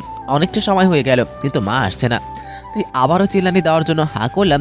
কিন্তু তার আগেই নীলা আপু এসে দাঁড়িয়ে আছে। রুমে ঢুকলো কখন টেরও তো পেলাম না। কি রে, এভাবে গরুর মতো চিল্লাচ্ছিস কেন?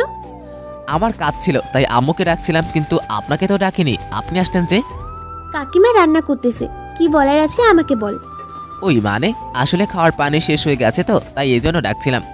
কি, এই সাধারণ একটা কাজের জন্য তুই কাকিমাকে এভাবে ডাকছিলি? নিজে গিয়ে তো আনতে পারিস। তো কি হয়েছে? আমার তো নিচে যেতে ইচ্ছে করছিল না, তাই মাকে ডাকছিলাম। আর আপনার যদি অসুবিধা হয় তো আপনাকে এনে দিতে হবে না। আম্মু, ওই চুপ, দে বোতল দে। এই যে এখানে আছে। তারপর বোতলটা নিয়ে চলে গেল। একটু পর আবার আসলো নীলা আপু। এই নে তোর পানির বোতল।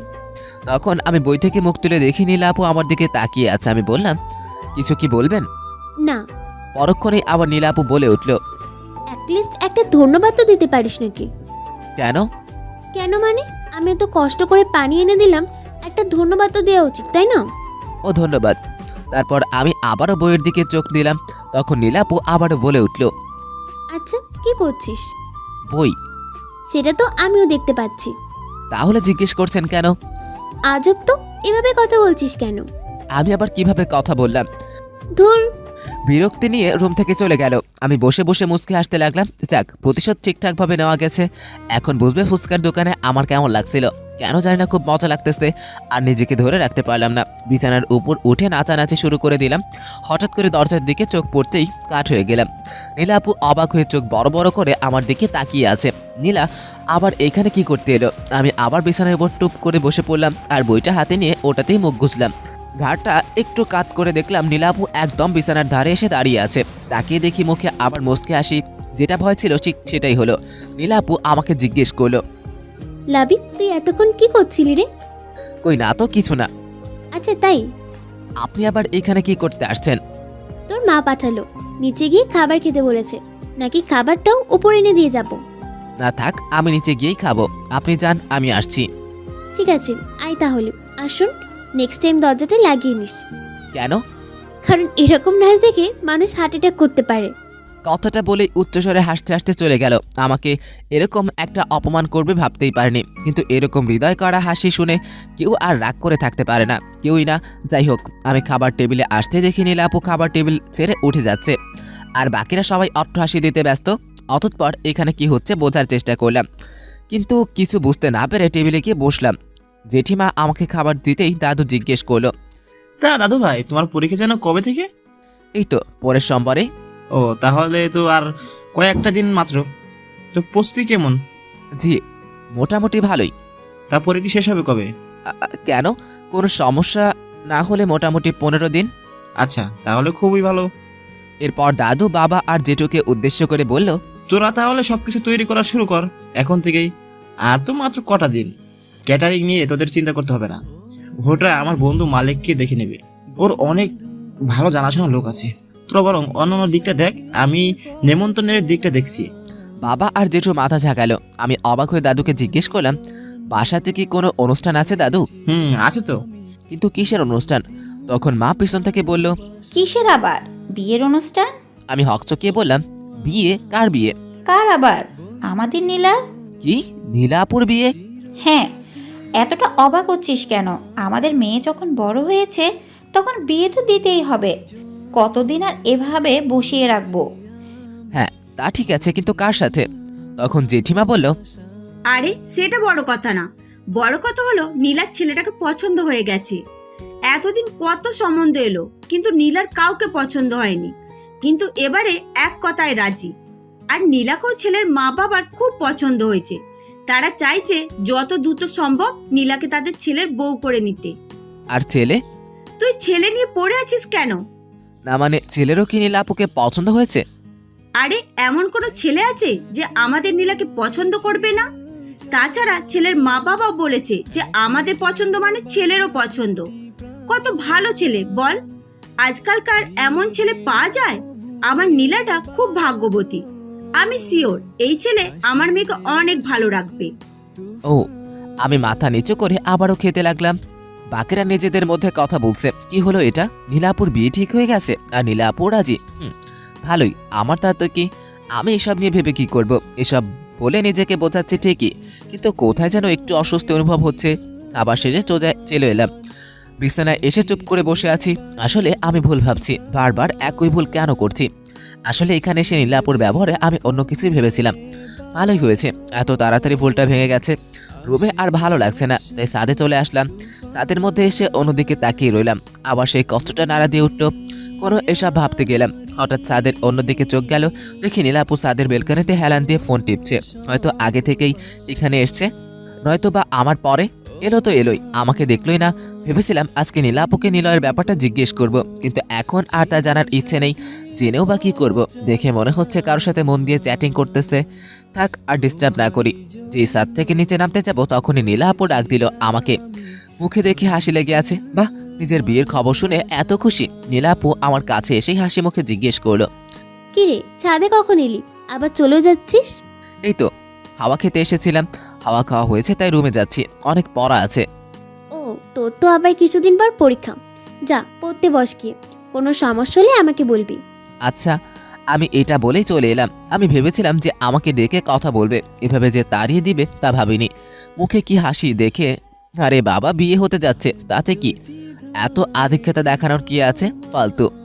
শেষ পরীক্ষাটা দিয়ে এসে দেখি বাড়িতে লোকজনের অভাব নেই, সবাই কাজ করছে। বাড়িটা সুন্দর করে সাজানো হচ্ছে আর কি, আর নানা রঙের বাতি দিয়ে সাজানো হচ্ছে। এই বাড়িতে বিয়ে বলে কথা। আমি এদিক ওদিক তাকিয়ে নিজের রুমে যাচ্ছিলাম, সবাই দেখি খুবই ব্যস্ত। আমি কারো নজরে পড়লাম না মনে হয়। আজকে আমার শেষ পরীক্ষা ছিল, কিন্তু মনে হচ্ছে এমন কেউ এই বাসাতে নেই যে আমার পরীক্ষা কেমন হলো তা জিজ্ঞেস করবে। আমি নিজের রুমে এসে চুপচাপ বসে রইলাম। কিছুক্ষণ বসে থাকার পর আর ভালো লাগছে না, তাই ভাবছি যাই ছাদে যাই, যদি একটু ভালো লাগে। কিন্তু বাইরে এসে দেখি ছাদে এক প্রকার জলসা চলছে, সবাই মিলে আড্ডা দিচ্ছে আর হাসাহাসি করছে। সবার মাঝখানে বসে আছে নীলা আপু, সেও সবার সাথে হাসছে। নীলা আপুর হাসির শব্দটা বরাবরই সুন্দর।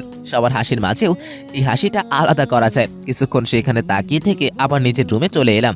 এখানে কি শান্তিতেও ছাদে যেতে পারবো না? রুমে এসে গালে হাত দিয়ে বসে আছি, মেজাজটাই খারাপ হয়ে যাচ্ছে। বসে থাকতে থাকতে ক্ষুধাও লাগছে অনেক। আসলে দুপুরে কিছু খাওয়া হয়নি, ক্ষুধা সহ্য করতে না পেরে নিচে চলে এলাম। নিচে এসেই আম্মুকে পেয়ে গেলাম, কার সাথে জানি কথা বলছে। তাই আর পাশে গিয়ে দাঁড়ালাম আর বলতে লাগলাম, মা মা মা, এই আন্টিটার সাথে কথা বলেছো? আমি যে ডাকতেছি সেটা মনে হয় শুনতেই পাচ্ছে না। মা! এটা কি ধরনের ব্যবহার লাবিব? তুই দেখিস না একজনের সাথে কথা বলছি? কিন্তু মা, আমার খিদে। আমার কথা শোনার আগেই আম্মু সেই আন্টির সাথে কথা বলতে বলতে হেঁটে চলে গেল, আর আমি হা হয়ে তাকিয়েছিলাম। এমনটাও আমার সাথে হবার ছিল? এতদিন আম্মু খাবার নিয়ে আমার পিছু পিছু ঘুরতো, আর আজকে আমি নিজে থেকে চাচ্ছি তবুও পাচ্ছি না। মনে হচ্ছে না এটা আমার নিজের বাড়ি, আর বাড়ির মানুষগুলো আমার আপনজন। সবাই আজকে এতটা ব্যস্ত যে আমাকে ভুলেই গেছে। কিছুক্ষণ চন্নছাড়া হয়ে এদিক সেদিক ঘুরলাম, যদি আমার সাথে দেখে কারো মায়া হয় আর কি। না, একে তো খালি পেট, তার উপর আবার এই কোলাহল, ভালো লাগছিল না। তাই আমার নিজের রুমে চলে এলাম। তখন হঠাৎ নীলাপু বলল, লাবিব, নীলাপুর কণ্ঠ শুনে হকচকিয়ে উঠে বসে পড়লাম। উঠে নীলাপুর দিকে হা করে তাকিয়েছিলাম। নীলাপু এখন বউ সাজে আছে, শুধু ঘোমটাটাই নাই মাথায়। তার অনেক সুন্দর লাগছে এই সাজে তাকে, মন চাচ্ছে অপলোকে তাকিয়ে থাকি। পরক্ষণে মনে হলো একটু পর ওর বিয়ে, তাই এসব ভেবে লাভ নেই। চোখ নামিয়ে জিজ্ঞেস করতে যাব আমার রুমে কেন, তার আগে নীলা আপু বলল। লাবিব, তোর পরীক্ষা কেমন হলো? আমি অবাক হয়ে মাথা ঝাঁকালাম, এটা জানার জন্য যে সে এই সময় এইখানে কেন। আচ্ছা, তোর সাথে আমার একটা গুরুত্বপূর্ণ কথা ছিল। কি কথা বলুন? আসলে কি করেছে বলবো? সমস্যা নাই, বলুন। আসলে নীলা আপু বলতে যাবে তখনই মা আসলো। আরে নীলা, তুই এখন এখানে কি করিস? দরজার কাছ থেকে মা এই কথাটা বলল। মার দিকে তাকাতেই নীলা আপু চমকে উঠল আর বলল, আসলে ওর সাথে আমার কিছু কথা বলার ছিল, সেই জন্যই। এখন আবার কি কথা তোর? পরে অনেক সময় পাবি কথা বলার, তখন বলিস। এখন যা, নিজের রুমে যা। নীলা আপু আর কিছু না বলে আমার দিকে একবার তাকিয়ে মাথা নিচু করে চলে গেল। তখন মা আমার দিকে তাকিয়ে একটা হাসি দিয়ে বলল, নে জলদি এগুলো পরে রেডি হয়ে নে। আমি মায়ের হাতের দিকে তাকিয়ে দেখি বড় শেরওয়ানি আর পায়জামা। আমি অবাক হয়ে মায়ের দিকে তাকালাম। তখন মা একটা মুচকি হাসি দিল। মায়ের সেই হাসিতে যেন আমার সব উত্তর পেয়ে গেলাম। সাথে সাথে আমি আবেগে মাকে জড়িয়ে ধরলাম। তখন মা আমার কপালে একটা চুমু দিয়ে বলল, জলদি রেডি হয়ে নিচে চলে আয়, সবাই অপেক্ষা করছে। মা চলে যাওয়ার পর নিজে নিজেই হাসতে লাগলাম। তার মানে এতদিন বাসা সবাই আমার সাথে গেম খেলতেছিল, আর নীলাও কম কিছু করেনি। আমি এতদিন বোকার মতো অসহায় হয়ে সব কিছু সহ্য করে গেছি। এখন আমি নীলার পাশে বরের বসে আছি। কখনো ভাবতেও পারিনি এই দিনটা আসবে। অন্যান্য লোকেরা আমাদের সামনে বসে আছে আর আমার নিকটে বসে আছে কাজী। এক অসাধারণ অনুভূতি হচ্ছে। স্বপ্নে ভাবতে পারিনি নীলা আর আমার বিয়ে হবে। কাজী সাহেব নিজের কাজ করে যাচ্ছেন। অবশেষে বিয়ের কাজটা ঠিকভাবে সম্পন্ন হলো। সবাই নীলাকে ঘরে নিয়ে যায়। একটু পর দাদু কাছে এলো আমার, আর নানা কথা বলতে লাগতো। আমি শুনেই যাচ্ছি। কিছুক্ষণ পর বিরক্ত হয়ে গেলাম। বুড়ো কথা বলছে তো বলেই যাচ্ছে। অবশেষে বুড়োর কথা থেমেছে। রাত 12টায় আমি দৌড়ে নীলার ঘরের সামনে গেলাম। মানে এটাই এখন আমাদের বাসর ঘর। আমি দরজার সামনে এসেই কয়েকটা বড় বড় নিঃশ্বাস চাইলাম। কয়েক সেকেন্ডেই যেন হার্টবিট ডাবল হয়ে গেছে। বুকটা ধরপড় ধরপড় করছে। যাই হোক, সাহস করে দরজা খুলতে গেলাম। এই কি, দরজা তো খুলতেছে না, মনে হয় ভিতর থেকে লক করা। কিন্তু বাসর ঘরে তো বর না ঢোকার আগে দরজা লক হয় না। আবার চেষ্টা করলাম, কিন্তু দরজা খুলছে না। তাই বাধ্য হয়ে দরজায় টোকা দিলাম। বেশ কিছুক্ষণ অপেক্ষা করার পর দরজাটা খুলে গেল। দরজা একটু ফাঁক হতেই আমি ভিতরে ঢুকে পড়লাম। গিয়ে হা করে দাঁড়িয়ে রইলাম। আমার বউ গেল কই? না মানে বউ আছে, কিন্তু বউ নেই। আমাকে এইভাবে তাকিয়ে থাকতে দেখে সামনে দাঁড়িয়ে থাকা নীলা বলল, কি রে, এভাবে তাকিয়েছিস কেন? কি হয়েছে? তোমার বউয়ের শ্বাস কোথায়? ও, আসলে ভীষণ অস্বস্তি হচ্ছিল, তাই খুলে ফেলেছি। তুই তো জানিস আমি এসবে কমফোর্টেবল না। ও আচ্ছা, আরেকটু অপেক্ষা করলে কি হতো? অন্তত আমার জন্য একটু সহ্য করতেন। নীলা আর কিছু না বলে ঘুরে বিছানায় গিয়ে বসে পড়ল। দুজনে চুপচাপ বসে রয়েছি, কেউ কিছু বলছি না। নীলাকে দেখে খুব চিন্তিত মনে হচ্ছে, তাই আমি জিজ্ঞেস করলাম, কি হয়েছে, তোমাকে এমন দেখাচ্ছে কেন? কোনো সমস্যা? নীলা না সূচক মাথা নাড়িয়ে চুপ করে বসে আছে, আর কিছু একটা ভাবছে মনে মনে। আমি ওর দিকে ঘেঁষে বসে ওর হাতটা ধরলাম। নীলা আমাকে অবাক করে দিয়ে হাতটা সারিয়ে নিয়ে উঠে দাঁড়ালো আর এক নাগারে বলতে লাগলো, সরি লাবিব, আমাদের মাঝে কিছু হওয়া সম্ভব না। আমি তোকে স্বামী হিসেবে মেনে নিতে পারবো না। মানে কি? আমি কথাটা শুনে দাঁড়িয়ে পড়লাম। নীলা অন্যদিকে মুখ করে দাঁড়িয়ে আছে। আমি অবাক হয়ে বললাম, কি বলছো এসব? I am sorry Labib, but তোকে স্বামী হিসেবে মেনে নেওয়া আমার পক্ষে সম্ভব না। তুমি আমার সাথে মজা করছো নাকি? এটা কি কোনো মজা করার সময়? আমি কোনো মজা করছি না, আমি সিরিয়াস। কথাটা বলে নীলা আমার দিকে ঘুরে তাকালো। ওর চোখে জল ছলছল করছে। ওকে দেখে মনে হচ্ছে ও সিরিয়াস, কিন্তু কেন? এত সব কিছু হয়ে যাবার পর এমনটা কেন? আমি যতটা জানি নীলার এই বিয়েতে যথেষ্ট সম্মতি ছিল, যার কারণে আজকে আমাদের বিয়ে হয়েছে। দেখো, আমি সত্যি বুঝতে পারছি তুমি কি বলতেছো, কিন্তু এখন এসব বলার মানে কি, আর কেনই বা বলছো? I am sorry Labib. আর কাঁদছো কেন? বিশ্বাস কর, আমি তোকে কষ্ট দিতে চাইনি, আর ঠকাতেও চাইনি।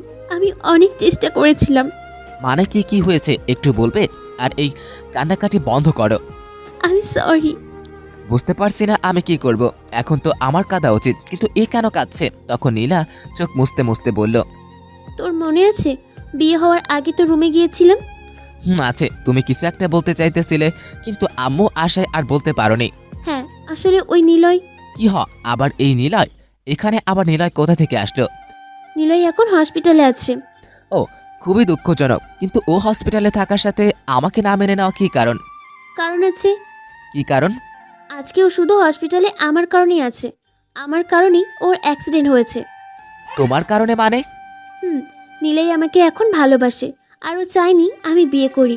কিন্তু এক মিনিট, কিসের ভালোবাসা? নিলয় কি হয় তোমার বিয়ে নিয়ে কথা বলার? ও নিজেই তো বিবাহিত। না, নিলয় বিয়ে করেনি। বিয়ে করেনি মানে? তুমি তো বলেছিলে ও বিয়ে করেছে। আর বিয়েই যদি না করে থাকে তাহলে ওই মেয়েটা কে ছিল? আসলে ব্যাপারটা একটু জটিল। নিলয়ের একটা যমজ ভাই আছে, যার নাম নীল। আমিও সেটা জানতাম, কিছুদিন আগে নিলয় জানিয়েছিল, কিন্তু আমি বিশ্বাস করিনি।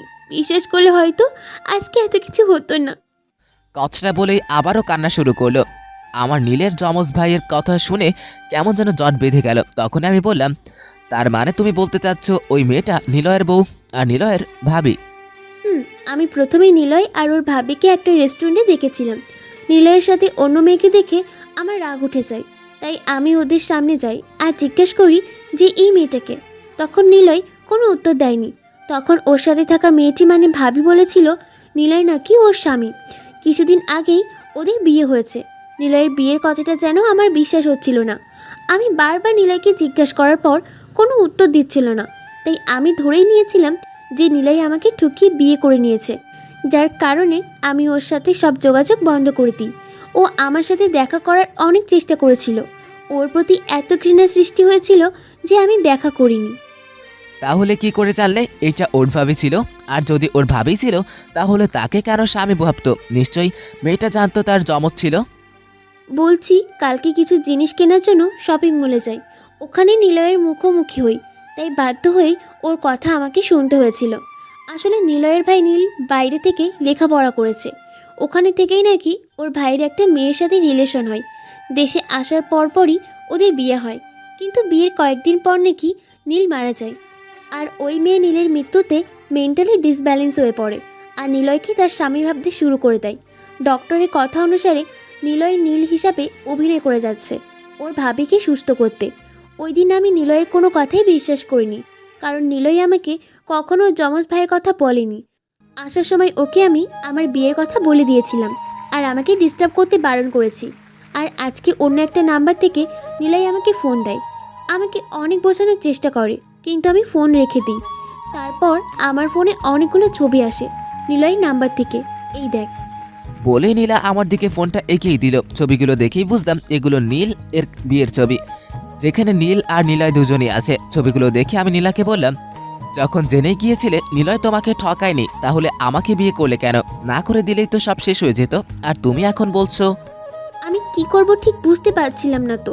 এত কম সময়ের মধ্যে এত কিছু হয়ে গেল যে আমি আমি তো এটা তোকে জানাতেই তখন তো রুমে গিয়েছিলাম, আর বলে উঠতে পারিনি, আর অন্য কাউকে বলার সাহস পাচ্ছিলাম না।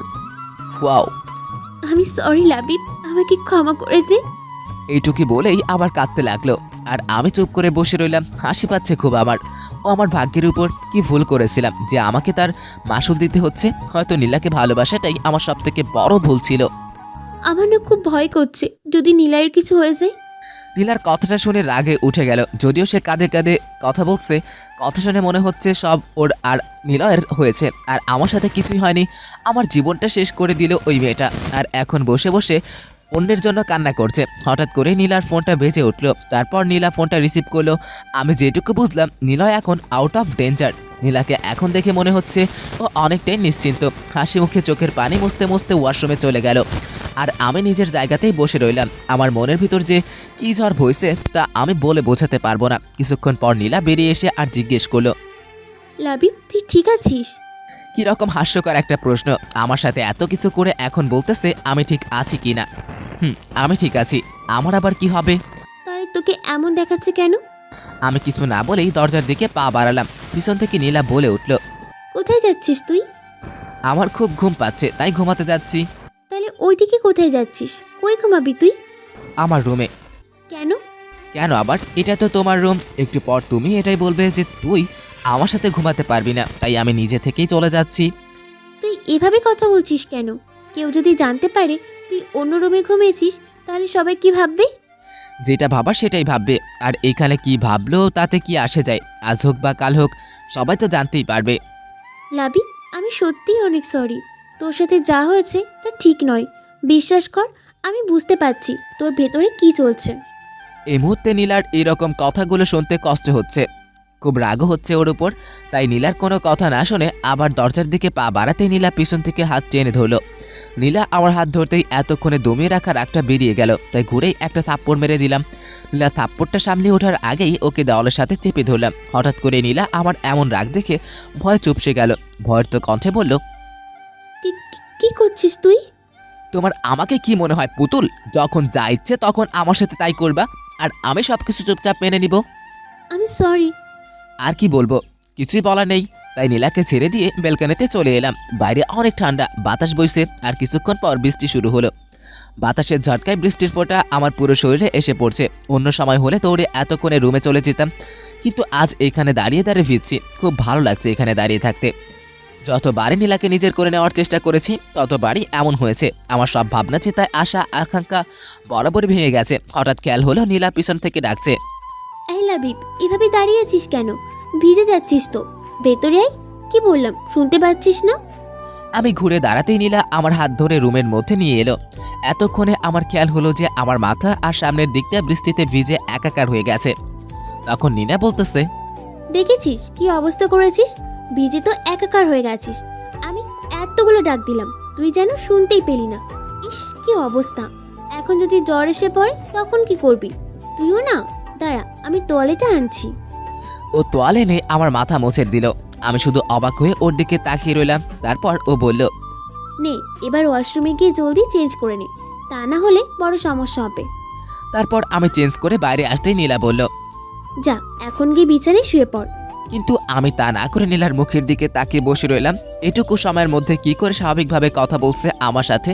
তারপর নীলার ডাকেই বিছানায় আসলাম। বিছানায় এসে পাশে খুব সুন্দর করে সাজানো হয়েছে খাটটা। আমি সাথে সাথে খাট থেকে নেমে পড়লাম। আমাকে এইভাবে নামতে দেখে নীলা বলল, কি রে নেমে পড়লি কেন? ঘুমাবি না? আমার ঘুম নিয়ে আপনাকে চিন্তা করতে হবে না। মানে হঠাৎ করে কি হলো তোর? কিছু না। আর আপনার খাটে আপনি ঘুমান, আমার ঘুম নিয়ে আপনাকে মাথা খাটাতে হবে না। তাহলে তুই কোথায় ঘুমাবি? চিন্তা করবেন না, আমি এখন বাইরে গিয়ে আপনাকে কোনো রকম বিপদে ফেলবো না। এরপর আমি সামনের সোফাতে গিয়ে শুয়ে পড়লাম। নীলাও আমার কথা শুনে চুপ করে দাঁড়িয়ে আছে। কিছুক্ষণ পর নীলা এসে আমাকে নরম সুরে বলল, লাবিব, এই লাবিব শুনছিস? বলেন কি বলবেন? তুই কি আমার উপর রেগে আছিস? না। দেখ আমি তোকে কষ্ট দিতে চাইনি, কিন্তু কি থেকে কি হয়ে গেল। আমার ঘুম পেয়েছে, দয়া করে ঘুমাতে দিন। কথাটি বলেই আমি অন্যদিকে মুখ করে ঘুমিয়ে পড়লাম। সকালে দরজার বাইরে কারো একটা ডাকে ঘুম ভেঙে গেল। চোখ খুলতেই দেখলাম আমার শরীরে একটা চাদর দেওয়া। আমি বুঝলাম নীলাই দিয়েছে। তখন নীলার দিকে চোখ পড়তেই দেখি ও এইমাত্র ঘুম থেকে উঠল। তড়িঘড়ি করে দরজা খুলতে গেল। আমি আবার আমার মতো চোখ বন্ধ করে শুয়ে রইলাম। আর কিছুক্ষণ পর নীলা আমাকে ডাকতে লাগলো। নীলার হাত আমার কপালে অনুভব করতেই সোজা আমি উঠে পড়লাম। একটা মিষ্টি হাসি দিয়ে বলল, যাক জ্বরটা মনে হয় নেমে গেছে। আমার জ্বর আসছিল? আসছিল তো, রাতে বেশ ভালোই জ্বর এসেছিল। ওহ। রাতেই বুঝেছিলাম যে তোর জ্বর আসবে, তাই আর ঘুমাইনি। কোনো ঘুমাননি কেন? আমি ঘুমালে তো জ্বরটা কি কমতো নাকি? আমার জন্য আপনাকে রাত জাগতে বলেছে নাকি? এছাড়া এই জ্বর আমার কাছে নতুন কিছু না। আরে এটা কি ধরনের কথা? তোকে এভাবে কষ্ট পেতে দেখবো নাকি? ও আচ্ছা, আমার কষ্ট নিয়ে আপনি এতটা ভাবেন? অনেক ধন্যবাদ আপনাকে। নীলা আমার কথাটা খোঁচাটা বুঝতে পেরে চুপ করে মাথা নিচু করে বলল, এভাবে বলছিস কেন? আমি তো ইচ্ছা করে তোর সাথে এমনটা করিনি। তো একবারও বলেনি আপনি ইচ্ছে করে এমনটা করেছেন। এটা আমার ভাগ্য ছিল, আপনার কোনো দোষ নেই। লাবিব দেখ, আমরা চাইলেই কিন্তু ব্যাপারটা সহজ করতে পারি। আপনার কাছে এই ব্যাপারটা যতটা সহজ মনে হচ্ছে, আমার কাছে ব্যাপারটা ততটাই কঠিন। অবশ্য আপনি এটা বুঝবেন না, বুঝলে হয়তো এমনটা আমার সাথে হতো না। লাবিব, আপনি চিন্তা করবেন না, আর আপনি নিশ্চিন্ত থাকতে পারেন যে আমি আপনাকে কখনো আটকাবো না, আর আটকানোর চেষ্টাও করব না। আপনি যখনই চান তখনই আপনি নিলয়ের কাছে যেতে পারেন। আর একটা কথা, ভবিষ্যতে আমার প্রতি আর দয়া দেখাতে আসবেন না, ওইটা আরও বেশি কষ্ট দেয়। নীলা কিছু বলতে চাচ্ছিল, কিন্তু আমি সোজা ওয়াশরুম থেকে চলে আসলাম। ফ্রেশ হয়ে আসতেই নীলা বলল, আমাদের নিচে যেতে বলে গেছে, তুই দাঁড়া আমি আসতেছি। তারপর নাস্তা করে আমি ড্রয়িং রুমে বসে আছি বাকি সবার মতো। বাকি সবাই বলতে দাদু আর জেঠুই বসে আছে, বাবা অফিসের জন্য বেরিয়ে গেছেন।